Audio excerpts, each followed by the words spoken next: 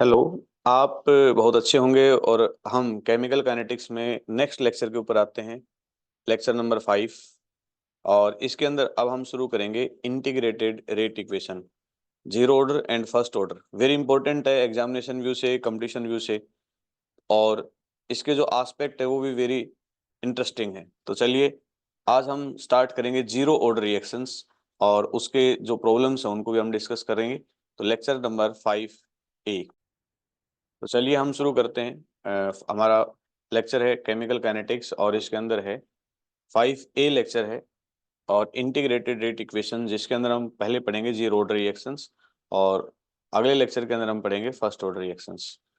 तो सबसे पहले हमारे पास, अगर इस टॉपिक के बारे में जनरल हम जानने की कोशिश करें कि भी क्या क्या हम इस टॉपिक के अंदर हम पढ़ने वाले हैं, जानने वाले हैं, तो हमारे पास ऑर्डर ऑफ रिएक्शंस के अंदर हम जीरो ऑर्डर पढ़ेंगे, फर्स्ट ऑर्डर पढ़ेंगे और nth ऑर्डर पढ़ेंगे। nth ऑर्डर के अंदर second and third order reactions पढ़ेंगे। एग्जामिनेशन व्यू से या कंपटीशन व्यू से देखा जाए तो मोस्ट इंपॉर्टेंट हमारे पास जो एस्पेक्ट आता है वो फर्स्ट ऑर्डर रिएक्शंस का आता है। इसके अंदर से काफ़ी प्रॉब्लम्स हमसे पूछी जाती हैं। ये दोनों टॉपिक कंपटीशन व्यू से हैं, जिनके अंदर से एडवांस क्वेश्चन हमारे पास बनते हैं। और जीरो ऑर्डर बेसिक है, इसको समझने से पहले, फर्स्ट ऑर्डर पे जाने से पहले, तो इसलिए आपस में सभी कोरिलेटेड एक दूसरे पार्ट से। तो चलिए हम स्टार्ट करते हैं, और आज हम शुरू करेंगे जीरो ऑर्डर रिएक्शंस। तो सबसे पहले हम जीरो ऑर्डर रिएक्शंस को समझने से पहले हम थोड़ा सा एक जनरल आइडिया लेके चलेंगे। हमारे पास, लेट अस कंसीडर, हम कोई भी एक इक्वेशन से लेते हैं हमारे पास, कि ये हमारे पास एक इक्वेशन है ए, और इससे हमारे पास कोई प्रोडक्ट की फॉर्मेशन होती है। अगर इस इक्वेशन का मैं रेट करूं तो रेट हमारे पास क्या बनेगा, के ए हमारे पास बनेगा। और if reaction is of zero order, reaction हमारे पास कौन से ऑर्डर की है, जीरो ऑर्डर की रिएक्शन हमारे पास है, तो हमारे पास रेट की फॉर्मेशन होगी रेट इज इक्वल टू के और ए to the power zero.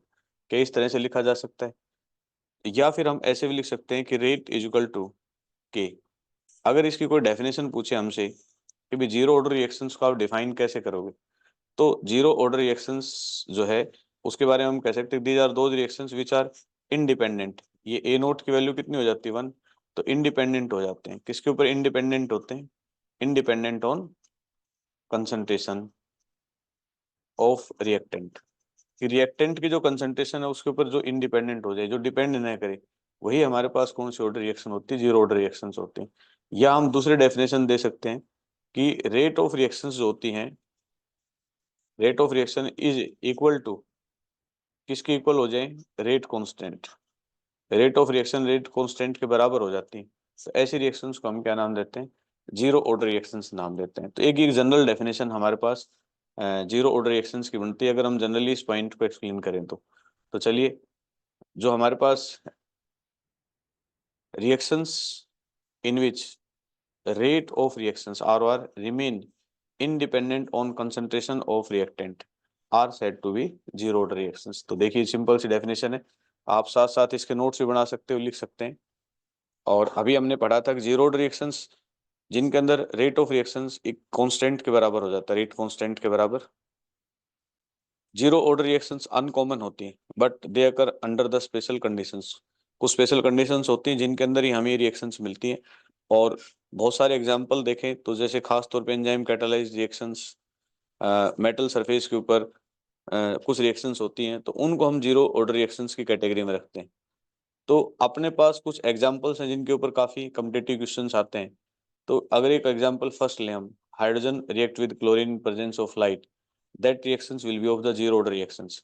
By seeing this reactions, अगर हम रेट ला फाइंड आउट करें तो सेकंड की दिखाई देगी, बट एक्चुअली रिएक्शंस जो है जीरो ऑर्डर रिएक्शंस होती है, तो ये हमें याद ही रखना होगा और कोई ऑप्शन नहीं है।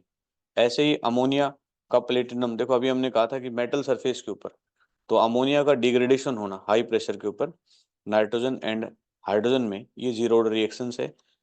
ऐसे ही dissociation of HI on gold surface के ऊपर जीरो ऑर्डर का एग्जांपल है।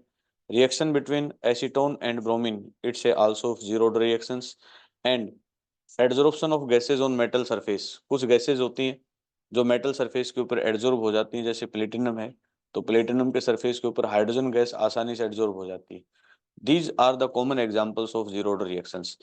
अब इस पार्ट में से हमसे क्वेश्चन जरूर पूछे जाते हैं, कोई एग्जाम्पल दिया जाएगा और उससे हमसे पूछा जाएगा कि ये क्या जीरो ऑर्डर का है कि नहीं है। तो सो लर्न दिस पार्ट। आगे देखते हैं हम। अब जीरो ऑर्डर जो इक्वेशंस होती है उसकी हमारे पास एक डिफरेंशियल रेट इक्वेशन आपसे जरूर पूछी जाती है। वो डिफरेंशियल रेट इक्वेशन क्या होती है, किस तरह से निकाली जाती है, ये भी एक इम्पोर्टेंट पार्ट है। तो इसको हम समझते हैं कि हमारे पास एक रिएक्शंस है और उससे हमारे पास पी प्रोडक्ट की फॉर्मेशन हुई है, और अगर हम इस रिएक्शंस का रेट करें, हम rate is equal to K ए, और ये हमारे पास जीरो ऑर्डर रिएक्शंस हुई। ठीक है, तो अपने पास देखो रेट बताने का एक तो ये तरीका है, इसको हमने फर्स्ट लिया, और सेकंड जो है rate means R O R की बात करें तो हम इस तरह भी लिख सकते हैं D A by D T. Concentration घटती है तो हम क्या लगा सकते हैं इसके आगे, minus. This is equation number second. Now compare equation first and second, दोनों को कंपेयर करें तो हमारे पास क्या है, minus D A upon D T is equal to K A not. ये इक्वेशन अपने पास आ गई, क्योंकि आप लोगों को ये पता है कि जब हम ऊपर ये रिएक्शंस हम लेके चले ए से, जब हमने प्रोडक्ट फॉर्मेशन की, तो इस रिएक्शन को थोड़ी एडवांस वर्जन में लिखा जाए कि जब टाइम जीरो था उस टाइम की इनिशियल कंसंट्रेशन ए, और प्रोडक्ट हमारे पास क्या रहा, जीरो। जब टाइम टी सेकंड हो जाता है तो इसमें से एक्स अमाउंट रिड्यूस हो जाती है, ये हमारे पास एक्स हुआ। इस पार्ट को हम आगे चल के ए नोट के रूप में लिखते हैं, और ये अमाउंट जो है, जो रिड्यूस अमाउंट होती है उसको ए टी या फाइनल कंसंट्रेशन के फॉर्म में लिखते हैं। हमें पता है कि अगर हम ए की वैल्यू फाइंड आउट करें, ए change in concentration find out करें, तो फाइनल माइनस इनिशियल, ये फाइनल कंसंट्रेशन थी इसकी ए की, और इनिशियल कंसंट्रेशन क्या थी इसकी, ए। तो हमारे पास जो वैल्यू आई वो आती है ये, इस वैल्यू को इसमें पुट करते हैं तो हमारे पास होगा minus D minus X upon D T is equal to K A naught, और माइनस माइनस क्या हो जाता है, plus.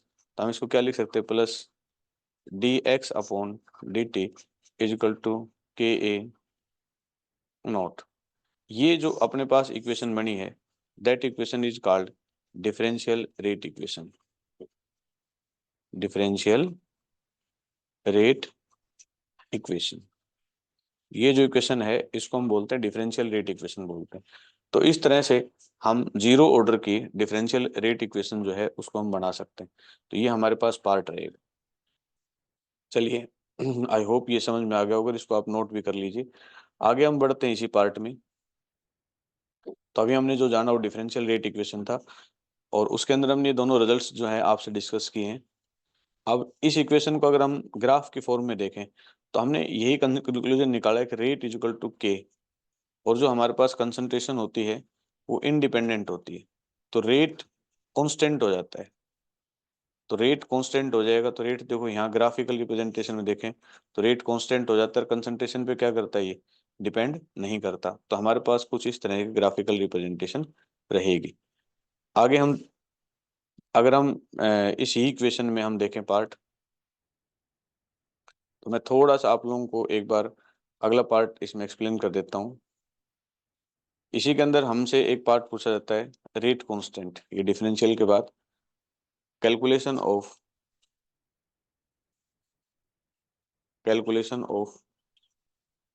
Rate constant, rate constant in zero order reactions, ये हमारे पास आता है। तो काफी इंपॉर्टेंट पार्ट है ये, हम देखें तो ये काफी इंपॉर्टेंट पार्ट है कि जीरो ऑर्डर रिएक्शंस के अंदर हम रेट कांस्टेंट को कैसे फाइंड आउट कर सकते हैं। ठीक है, तो ये काफी इंपॉर्टेंट पार्ट। डेरिवेशंस हमारे पास दे रखा है, हम डेरिवेशन कर सकते हैं, और उससे भी होता है, लेकिन डेरिवेशन की ना हमें कहीं आवश्यकता होती है, तो इसलिए हम डायरेक्ट अगर इसका रिजल्ट हम इसको ध्यान रखें तो डायरेक्ट रिजल्ट से ही अगर हम आगे काम करें तो काफी प्रॉब्लम्स हमारी हेल्प हो जाती है। मैं डेरिवेशन भी आप लोगों को बताऊंगा इसका। तो हमारे पास जीरो ऑर्डर इक्वेशन का जब डेरिवेशन करते हैं तो हमारे पास ये रिजल्ट आता है के टी ए नॉट और ए टी। अब कई बार क्या होता है कि हम डायरेक्ट रिजल्ट को भूल जाते हैं कि ये रिजल्ट जो है क्या है। तो मैं आप लोगों को एक बार पहले भी क्लियर कर चुका हूँ कि ए से हमारे पास प्रोडक्ट की फॉर्मेशन हुई है, और जो हमारे पास इनिशियल कंसंट्रेशन है जब टाइम 0 होता है उस टाइम पे ए, और टी टाइम होता है, टी सेकेंड होता है, तो उस माइनस ए माइनस एक्स, तो ये 0, इसमें एक्स अमाउंट रिड्यूस हुई। ये जो अमाउंट है इसको हम किसे रिप्रेजेंट करते हैं, ए नोट से, और ये अमाउंट है इसको हम किसे रिप्रेजेंट करते हैं, ए टी से। तो आगे चल के अगर कभी ए और ए एक्स का आस्पेक्ट रखना हो तो हमें इस पॉइंट का ध्यान रखना होगा। रिजल्ट को आप कैसे याद रख सकते हो, तो इस ट्रिक से आप इस रिजल्ट को हमेशा याद रख सकते हो। क्या दिया, क्या दिया, नोट और थपकी, थपकी कह सकते हो या थप्पड़ कह सकते हो, दोनों में से कुछ भी लेके आ सकते हो। तो क्या दिया, केटी आ गया क्या दिया से, और नोट से ए नोट हमारे पास हो गया, और थपकी मतलब ए टी। इस तरह से हम इसको रिजल्ट्स को डायरेक्ट याद रख सकते हैं, और इसी रिजल्ट से रिलेटेड आगे जो हम एस्पेक्ट जो सीखेंगे वो हम इससे करना सीखेंगे। तो ये हमारे पास वेरी इंपॉर्टेंट एस्पेक्ट है, ग्रेट कांस्टेंट किस तरह से हम फाइंड आउट करते हैं। अगर हम इसके डेरिवेशंस की या अदर पार्ट्स की करें तो मैं एक बार आप लोगों को इसको हल्का सा क्लियर कर देता हूँ। जैसे रेट कांस्टेंट हमने फाइंड आउट करना है, तो फाइंड आउट करने के लिए जो हमारे पास डिफरेंशियल रेट इक्वेशन हमारे पास बनी थी, हम उस डिफरेंशियल रेट इक्वेशन को लेके चलेंगे, ये कंसिडर किया हमने। और जब हम इसको इंटीग्रेट करते हैं किसके रिस्पेक्ट में, इसके रिस्पेक्ट में, जो हम इसको इंटीग्रेट करते हैं तो हमारे पास ये रिजल्ट आता है के टी अपॉन सी। और टाइम जब 0 होता है उस टाइम पे फाइनल कंसंट्रेशन इनिशियल के बराबर होती है, इस वैल्यू को पुट करते हैं तो हमारे पास सी का ये रिजल्ट आता है। जैसे हम सी की वैल्यू, हम इस इक्वेशन नंबर फर्स्ट में सी की वैल्यू को पुट करेंगे तो हमारे पास ये आता है, और लास्ट रिजल्ट हमारे पास ये निकल के आता है। और थोड़ी देर पहले मैंने आपको बताया था क्या दिया, नोट और थपकी, ये हमारे पास आता है। तो ये इंटीग्रेटेड रेट इक्वेशन है जहाँ से हम के की वैल्यू फाइंड आउट कर सकते हैं, रेट कांस्टेंट हम इजीली फाइंड आउट कर सकते हैं, और ये हमारे पास रिजल्ट आता है। आई होप कि ये कंसेप्ट आपको क्लियर हो गया होगा। चलिए, अब इसी रिजल्ट से हम आगे काफ़ी चीज़ें जानने की कोशिश करेंगे। जैसे इस रिजल्ट से हम हाफ लाइफ टाइम निकालेंगे, अदर एस्पेक्ट भी निकालेंगे। तो चलिए, हमसे पूछा जाता है कि हाफ लाइफ टाइम हम कैसे फाइंड आउट करते हैं। Half life time, half life time in zero order reactions, zero order reactions है, उसके अंदर हाफ लाइफ टाइम को हम कैसे फाइंड आउट करते हैं, किस तरह से फाइंड आउट करते हैं, ये देखो। तो वी नो दैट, अभी हमने थोड़ी देर पहले कंक्लूजन निकाला था कि हमारे पास क्या दिया, नोट और सबकी, ये बात बात बार बार बार बार रिपीट करेंगे तो दिमाग में हमारे पास आ ही जाएगी। हाफ लाइफ टाइम में टी की वैल्यू क्या हो जाती है, टी हाफ हो जाती है, ठीक है। और ध्यान रखना, फाइनल कंसंट्रेशन इनिशियल की आधी हो जाती है, मतलब ये कह सकते हैं कि जो फाइनल कंसंट्रेशन है वो इनिशियल की कितनी हो जाती है, आधी हो सकती है। या ये कह सकते हो कि नोट ही बांटे जा सकते हैं, सबकी को बांट नहीं सकता, तो नोट के नीचे 2 आएगा। तो इन दोनों वैल्यूज को इस इक्वेशन फर्स्ट में पुट कर दें तो हमारे पास क्या आएगा, के इंटू टी हाफ और ए नोट, और यहाँ रखें हम तो ए नोट बाई क्या आएगा, 2 आएगा। तो हमारे पास आएगा 2 ए नोट माइनस ए नोट अपॉन 2। और ये अपने पास जो एक्चुअल जो वैल्यू आएगी टी हाफ की, वो T half equal to A naught upon 2 K, ये वैल्यू अपने पास आनी है। तो मोस्ट इंपॉर्टेंट है, इन वैल्यूज को हम फाइंड आउट कर सकते हैं। इस तरह से हाफ लाइफ टाइम हम निकाल सकते हैं, क्योंकि हमने इसको दूसरे एंगल में चेक करना है।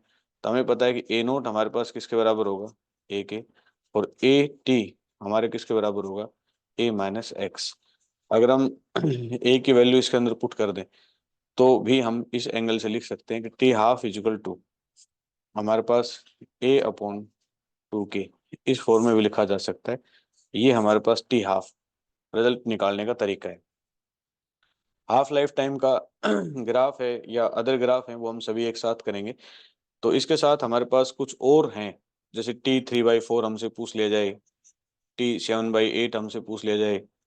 टी हाफ का मतलब इसको ऐसे भी लिखा जाता है T50%।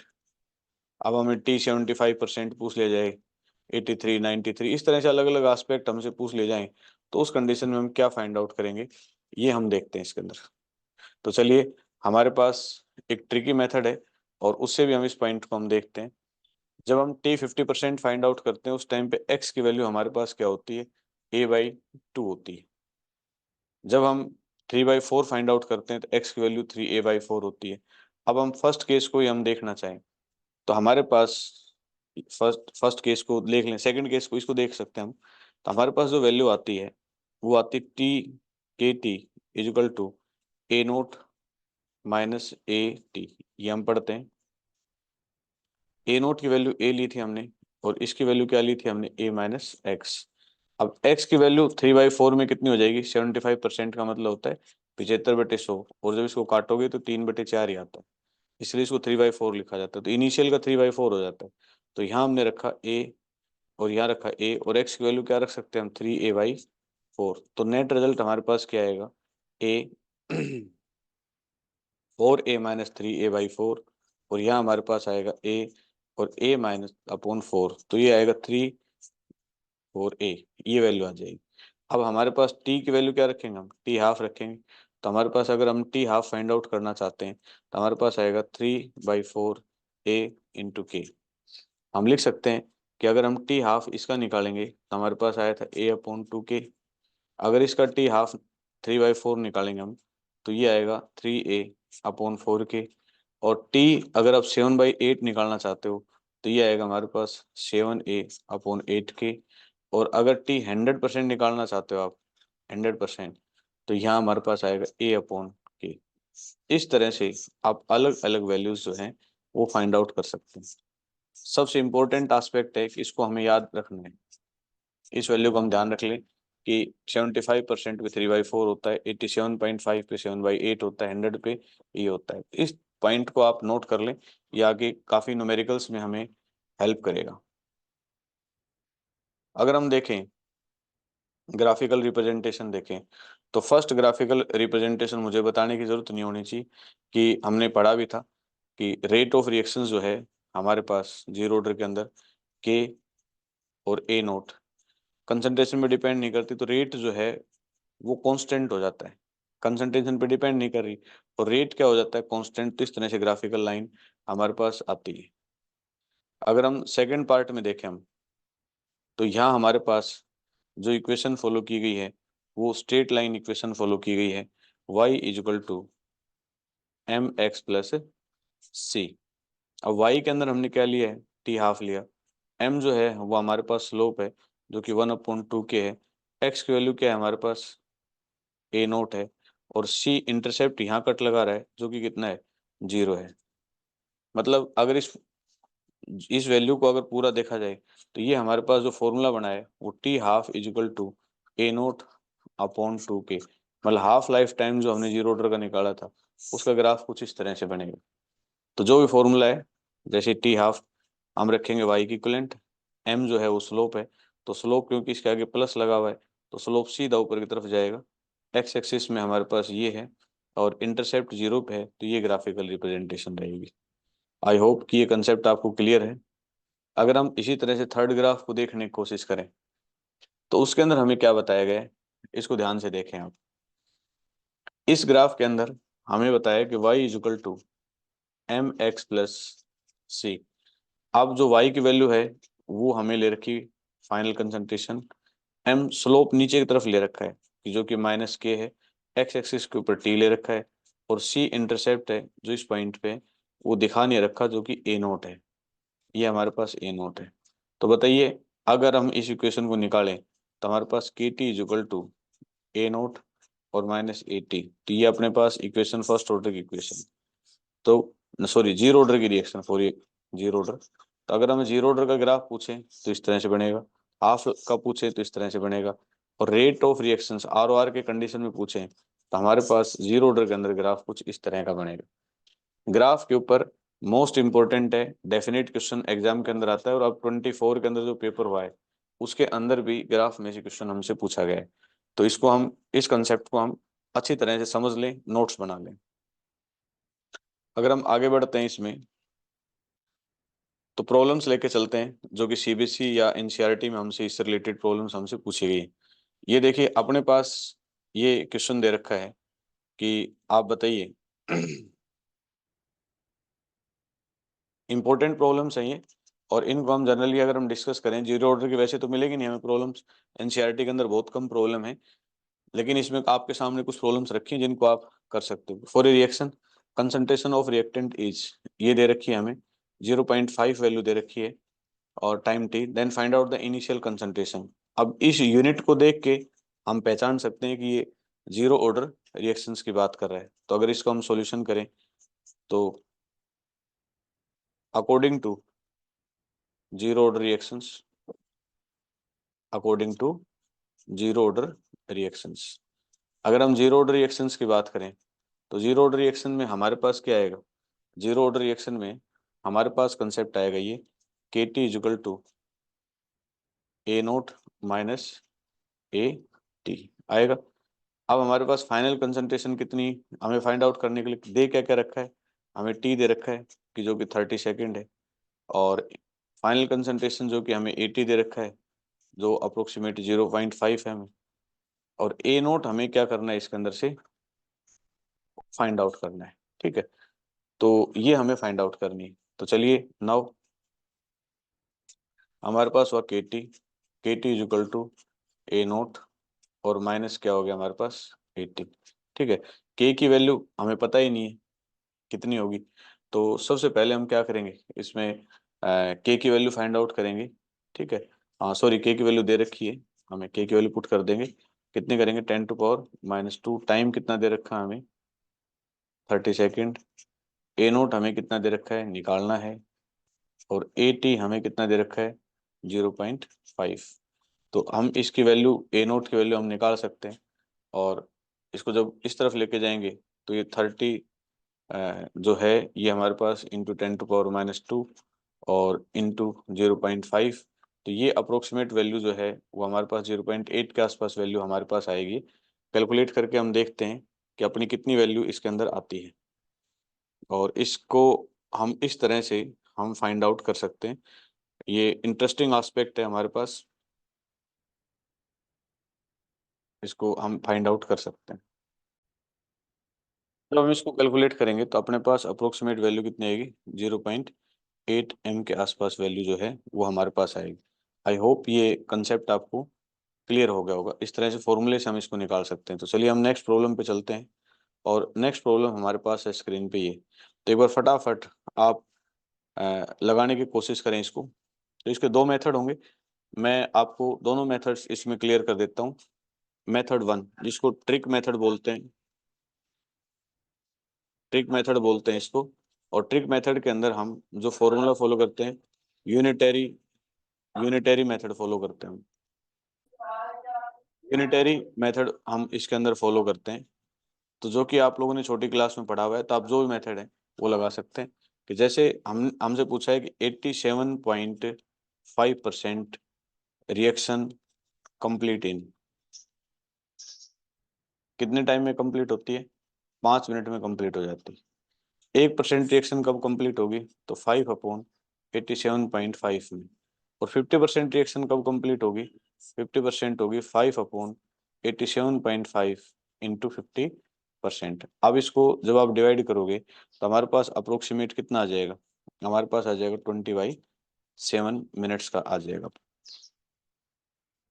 इसको करके देख लेंगे हम कि इसको क्या 7/8 लिख सकते हैं, लिख सकते हैं इसको 1/2 लिख सकते हैं, जो ऊपर ले जाएंगे हमारे पास यही आएगा।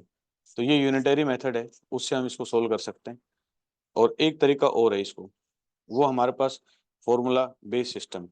तो फॉर्मूला बेस्ड सिस्टम है, तो हम चलिए उसके हिसाब से इसको अगर हम सोल्व करें तो हमारे पास टी 87.5% दे रखा है। ठीक है, तो इसको हम कैसे लिख सकते हैं, आप लोगों को ध्यान हो, इनिशियल कंसंट्रेशन जो थी ए नोट आप लोगों ने निकाला भी था, तो मैंने कहा था कि ए अपॉन के लिखा जा सकता है, जहाँ मैंने बताया था आपको कि एक्स की वैल्यू अगर हमारे पास 7/8 ए है तो ए ये ए नोट के बराबर भी होती है, हम पहले क्लियर कर चुके हैं। तो वहां से देखो हमने टी 87, या इसको ऐसे भी लिखा जा सकता है T 7/8, तो ये अपने पास हो सकता है। दूसरा हमसे कह रखा है T 50%, T 50% या T 1/2, तो उसका जो फॉर्मूला बना था T½ का, वो अपने पास क्या बना था, 2K की फॉर्मेशन हुई थी। अगर हम इन दोनों को रख दें नाउ या डिवाइड कर दें हम, तो T 87.5% डिवाइडेड बाई T 50%, इसको डिवाइड कर देते हैं तो अप्रोक्सीमेट हमारे पास क्या आता है, ये आएगा 7/8 A0 अपॉन के, और ये क्या आएगा A0 अपॉन 2K। अब ये K जो है ये भी कैंसिल हो जाएगा, इससे A0 से A0 कैंसिल होगा, और हमारे पास जो आएगा वो कितना आएगा, 4/7 आएगा अपने पास। दो चौकाट करके निकालेंगे तो ये आएगा। और ये अपने पास वैल्यू किसकी दे रखी है, 50% की दे रखी है हमें, 87 की वैल्यू कितनी दे रखी है, 5 दे रखी है। ये अपने पास कितना है, T 50% है। ठीक है, तो ये अपने पास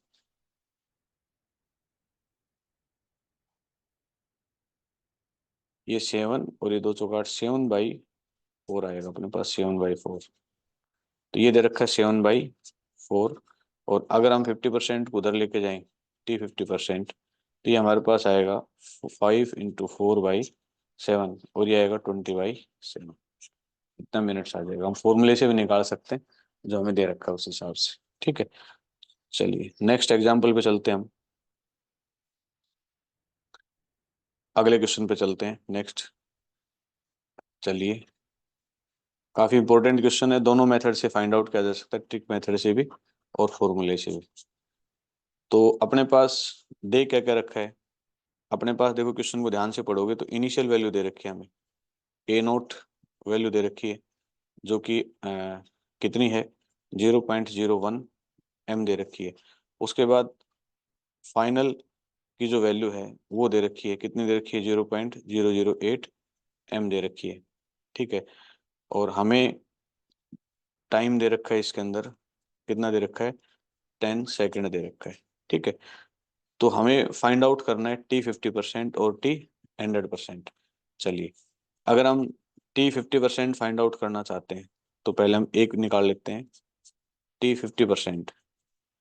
हमें पता है T 50% क्या होता है, A0/2K। कुल मिला के हमारे पास क्या मौजूद नहीं है, K मौजूद नहीं है। तो हम पहले ऊपर वाले जो डेटा है उससे हम K फाइंड आउट करेंगे। तो K, क्योंकि हमें पता है KT = A0 - A T। अब हमारे पास K निकालना है हमें, तो K निकालने के लिए A0 की वैल्यू कितनी है, 0.01 - 0.008 अपॉन टाइम कितना दे रखा है हमें, 10 सेकेंड। तो यहाँ से हमारे पास कैलकुलेट करके K की वैल्यू आ जाएगी, जो कि अप्रोक्सीमेट हमारे पास जो वैल्यू बनेगी K की, वो 2 × 10⁻⁴। और ये mole litre inverse second inverse zero reaction है, तो यहाँ हम K की वैल्यू रख देंगे। तो A0 की वैल्यू कितनी है हमारे पास, 0.01। K की वैल्यू कितनी है, 2 × 10⁻⁴। और ये अप्रोक्सीमेट हमारे पास कैलकुलेट करने पर आएगा 25 सेकेंड। क्योंकि एक रिलेशन हमें पता है कि जो 100% होता है, T 100%, वो 2 × T 50% होता है। मतलब दो 50% हो जाए तो 100 के बराबर होते हैं, ये रिलेशन हमें पता है। तो अगर हम 200% निकालना चाहेंगे तो 50% की वैल्यू 25 आई है, तो हमारे पास आंसर कितना आएगा, 50 सेकेंड का आंसर आएगा। इस तरह से हम इस वैल्यू को फाइंड आउट कर सकते हैं। आई होप कि ये कंसेप्ट आपको क्लियर हो गया होगा। नेक्स्ट क्वेश्चन पे अगर हम चलें, क्वेश्चन नंबर 4 पे चलते हैं हम, और 4 को हम सोल्व करते हैं। तो हमारे पास 4 का क्या कहता है, ये देखिए क्वेश्चन नंबर 4, ये भी काफी इंपॉर्टेंट है कि for a reaction concentration of reactant is this after 25 second, then find out the initial concentration of reactant. और के हमें इसके अंदर दे रखा है, और पीछे यूनिट जो है ये जीरो ऑर्डर की रिएक्शंस की यूनिट है, इसको देख के हम पहचान लेंगे। तो हमें सॉल्यूशन करते हैं तो सबसे पहले गिवन क्या क्या कंडीशन है वो देखेंगे। तो AT फाइनल कंसंट्रेशन कितनी दे रखी है हमें, 0.5 M। टाइम कितना दे रखा है, 25 सेकेंड। और K कितना दे रखा है हमें, 2 × 10⁻⁻²। ठीक है, हमें फाइंड आउट क्या करनी है, हमें फाइंड आउट करनी है इनिशियल कंसंट्रेशन फाइंड आउट करनी है। ठीक है, तो चलिए इनिशियल कंसंट्रेशन जब हम इसकी फाइंड आउट करेंगे तो उसके लिए हम क्या लगाएंगे, के टी इजिकल टू हमारे पास क्या होगा, ए नोट माइनस ए टी। अब हमें इनिशियल कंसंट्रेशन फाइंड आउट करनी है तो के क्या होगा, 2 × 10⁻²। टाइम क्या है, 25 second. Initial concentration find out करनी है, 80 हमारे पास क्या है, 0.5। तो ए नोट क्या होगा हमारे पास, वो होगा 1 एम्प। आई होप कि ये कंसेप्ट आपको समझ में आ गया होगा और काफ़ी इम्पोर्टेंट है, ये क्लियर हो गया होगा आपको। चलिए नेक्स्ट पॉइंट पे आते हैं हम, अगले क्वेश्चन के ऊपर आते हैं हम। क्वेश्चन नंबर 5 जो कि इसी चैप्टर से बिलोंग करता है। तो क्वेश्चन नंबर 5 से हम शुरू करते हैं। और देखो यहाँ भी हम यूनिटरी मेथड से भी सोल्व कर सकते हैं और वैसे भी सोल्व कर सकते हैं, दोनों तरीके हैं। तो हम यूनिटरी मेथड में देखें कि जीरो ऑर्डर रिएक्शन गेट 20% इन 40 सेकेंड, मतलब 20% कंप्लीट इन 40 सेकेंड। 1% कंप्लीट होगा 40/20, और 80% जब कंप्लीट होगी तो कब होगी, 40/20 × 80। तो अपने पास जो आंसर आएगा वो 160 सेकंड के आसपास आंसर आएगा।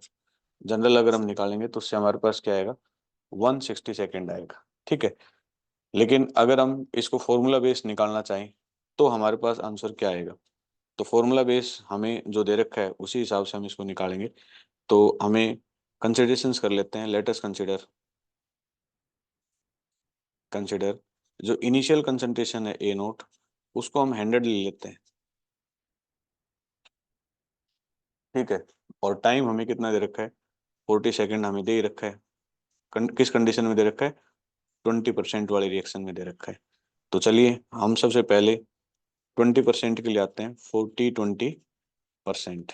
तो T20% के लिए अगर हम देखें के T20%, तो फाइनल इनिशियल हमारे पास ये थी, और इसके बाद इसमें से कितनी बच गई होगी, 80 बच गई होगी रिड्यूस। तो हमारे पास इसकी वैल्यू कितनी दे रखी है, 40 दे रखी है। तो के की वैल्यू हमारे पास क्या आएगी, 20/40। तो ये हमारे पास अप्रोक्सीमेट इसमें से अगर हम निकालेंगे तो ये ऊपर 20 बचेगी, और ये 40 सेकंड दे रखी है, इसको हम इस तरफ ले जाएंगे तो ये 1/2 या 0.5 के आसपास वैल्यू हमारे पास आ जाएगी के की वैल्यू। अगर हम दूसरे केस में निकालेंगे, हम सेकंड केस में अगर इस वैल्यू को हम निकालेंगे, चलो इतने तक रख लेते हैं हम इस वैल्यू को यहाँ तक, और ये हमारे पास हो गया के।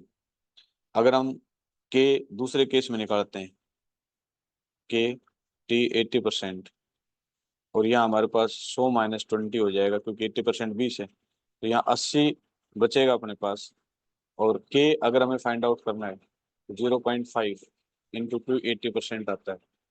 तो T 80% के केस में अगर हम देखें तो 80 × 5, और ये बटे 10 के हिसाब से आता है। तो 8×2 = 16, 160 के आसपास हमारे पास आएगा। तो इस तरह से हम इसका आंसर निकाल सकते हैं। कि आई होप कि ये कंसेप्ट आपको अच्छी तरह से समझ में आ गया होगा। ये क्वेश्चन हमारे पास क्वेश्चन नंबर 6 है, सेम पैटर्न पे। और इसमें मेरे ख्याल से बताने की आवश्यकता नहीं है, बिल्कुल यूनिटरी मेथड लगाकर हम डायरेक्ट इसको सोल्व भी कर सकते हैं।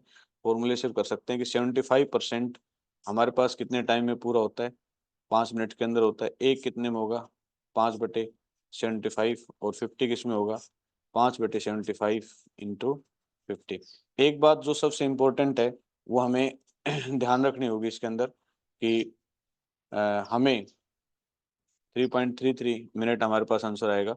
ये जीरो ऑर्डर में ही लागू हो सकता है यूनिटरी मेथड। यूनिटरी मेथड आप लगाओगे तो जीरो ऑर्डर में लागू होगा। ये बात आप अच्छी तरह से दिमाग में बैठा लें। आप कहीं फर्स्ट ऑर्डर में लगाने की कोशिश करेंगे और कहीं लगाने की कोशिश करेंगे तो ये मेथड हमारे पास लागू नहीं होगा। ठीक है, लगाइए।